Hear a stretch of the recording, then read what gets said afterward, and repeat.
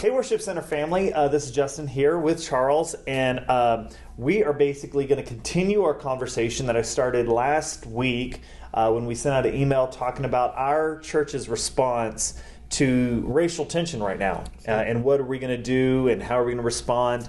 And so, in fact, I told everybody that I think the best thing for everyone to do is to have a conversation. But I prefaced that with saying these three things that I'd like to kind of talk about. Yes, sir. And that is this. Number one, I said racism is wrong. Yes, sir. Injustice should not be tolerated, Yes, sir. Should not be tolerated, and violence is never the answer. Yes, sir. And so I kind of want to break those down a little bit and kind of get your perspective, because I did just that. I started having conversation with people that were different colors than me. Yes, sir. And it was great getting a different perspective, because it is easy for us, or for me, or anybody, to stay within their camps of their own perspective. Yes, sir. And you talk to the people that think like you, and it just reinforces that. So sometimes you need some outside perspective or from a different point of view. And so that's what I've been doing. But I thought, let's kind of take the conversation with the church a little bit deeper. So Yes, sir.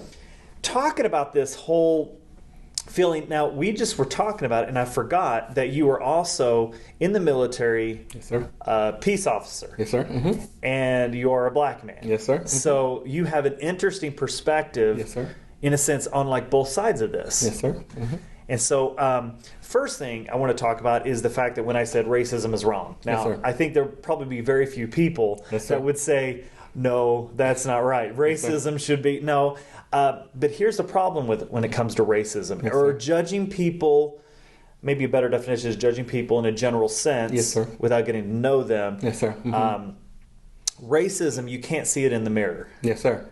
right? So what impacts us is our, how we were raised, where we were raised, Yes, sir. Mm-hmm. our experiences, ignorant. Yes, sir. Ignorance plays a part. So there's all these different things. Mm-hmm. So what are some of the ways that you feel like you could help? Because I'm a white guy, right? sir. Yes, what sir. are some of the ways as a white man we could help us grow in our perspective to see from not just one perspective, but more around from other people's perspective? Yes, sir. Well, first, I think there's a difference between racism and what you would call prejudging. Okay. Having a racist Prejudice, prejudice. okay. Yeah, prejudice. And prejudging is you have a disposition, predisposed disposition based on a particular people group, based on a number of things, but Right. color could be one of them. And racism, I look more as kind of an institutionalized thing, Okay. where a certain people group gets certain systemic advantages, and another people group does not get those advantages. So that is a big thing that we need to distinguish between. For example, racism might be. Let's use that police incident that happened. When that police showed up on scene, they basically apprehended that individual right away. There was a complaint made and they took him away. Where when the police officers did their particular job, they were given the benefit of the doubt, even though a lot of us saw a lot that was on the actual tape and people had decided that he was guilty. And I know that there needs to be an investigation that's involved, but he didn't get immediately apprehended. He Right. was given the benefit of the doubt until later on the charges were actually filed. So one was a system, Yes, sir. one is prejudice is more of a heart issue. Yes, sir. Yes, sir. Okay, Mhm. which is good, because sometimes we do mix up terms like that. Yes, sir. And I think that's why it's so important to have conversations Yes, and sir. having from different perspectives and not rushing to judgment. Yes, sir. And this idea of racism or prejudice helps to have conversations with people that are different than you, Yes, sir. that vote differently than you, Yes, sir. that's a different color than you, Yes, right? sir. Mhm, So that's good. So having conversations is not a passive approach. No, sir. What's your thoughts on that? I think that's a proactive approach. We all have differences that we don't necessarily know about, like you mentioned earlier.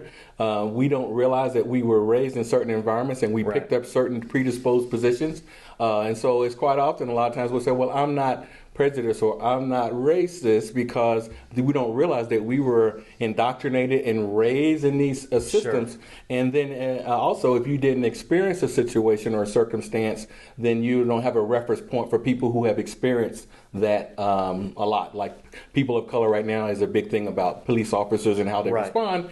If you've never had a problem with a police officer, you would say, no, that's not a problem. Right. But to someone who has had situations like that numerous times, then they see it a bit differently. Right. Yes, sir. And that's how growing up, and that's in a sense maturity, Yes, right? sir. Mm-hmm. Being able to not become, and I love what my friend wrote. He talked about, let's not become warriors on a keyboard, Yes, sir. but let's be proactive in Amen. conversation. Yes. Conversation. So I thought this is a great opportunity for us to have this conversation. The second thing I said, a week ago, I said injustice should not be tolerated, and I stand by that. Yes, and letting the full weight of the law, do its due course. Yes, now, sir. of course, I have not been following this incident Yes, sir. as closely as maybe you have, but obviously, what was done to George Floyd was absolutely wrong Yes. and terrible, and it shouldn't be tolerated. But allow the law to run its course, Absolutely. Yes. type thing. And so they have been charged, Yes. and I don't know what the charges were, Yes, sir. but because I know it started off as a third degree Yes, or sir. second degree. Now it's a second degree, yes, sir. And now it's second and degree. manslaughter, yes, sir. Okay, and so some of us, and Yes. I think I would be in that. I'm not sure if I'm like in agreement with second degree, Yes. but allowing the law to take its course, injustice should not be tolerated. And the third thing, and this is kind of an interesting thing. And you'd have a different perspective on this because you were also a peace officer, Yes, is sir. I made the statement, violence should never be the answer. Yes, sir. And I still stand by that, even though people have been kind of sending me pictures of Jesus turning the tables over in the temple. And I would caution us all to be careful not to just read the scriptures Yes. and to find something that fits what we want to do, Yes, sir. but allow the scriptures to become our perspective. Yes, sir. And honestly, you're right. Jesus did have those moments Yes. where, in fact, we know of one moment where he overturned tables in the temple. But at the same sense, after it was all done, Jesus eventually laid down his life, and he gave his life over to an empire. Yes. And every time they beat him, you know what he said? I forgive you. Yes, he did. And he gave his life for those that even were crucifying him. Yes. So let's be careful. Yes, sir. But talk about this idea of being from a police officer perspective. This idea of violence is never the answer. I mean, It's always about love. I mean, we're peace officers, and that's what we're supposed to do, to take care of the community. We're servants, just like Jesus was a servant leader.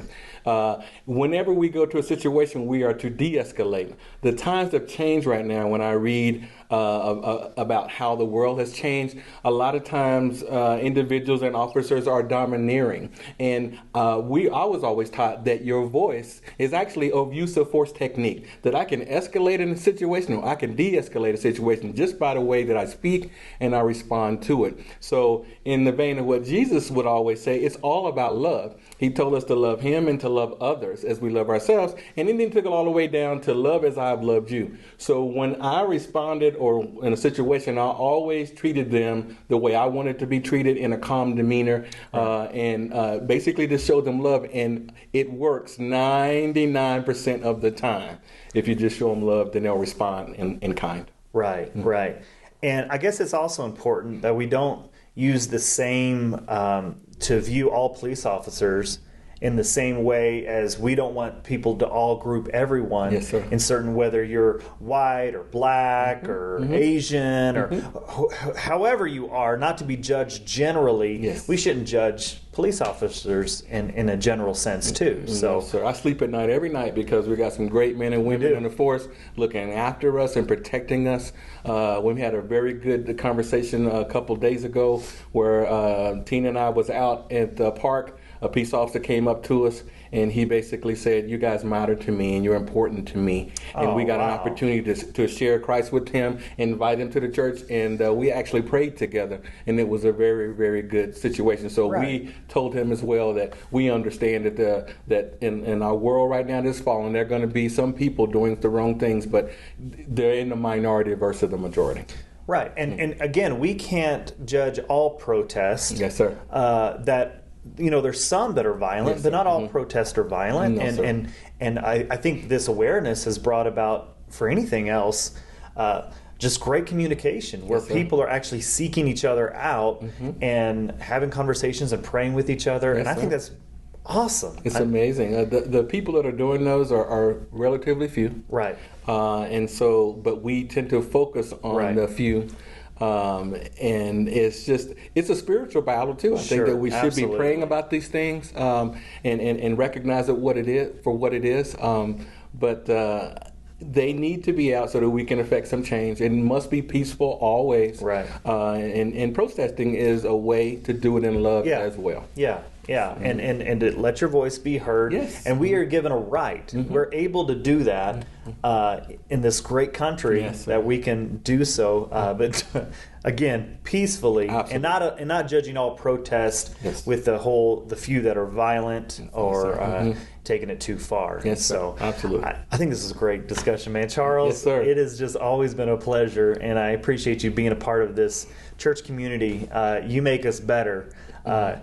For who you are and what you do for us. And so, again, I just encourage you to continue these conversations and not just hide behind keyboards and social media posts, but actually have conversations, real conversations with people, and try to grow in your perspective, because I think it's so important for us to mature as Christians and grow in our perspective. And so, thanks, Charles.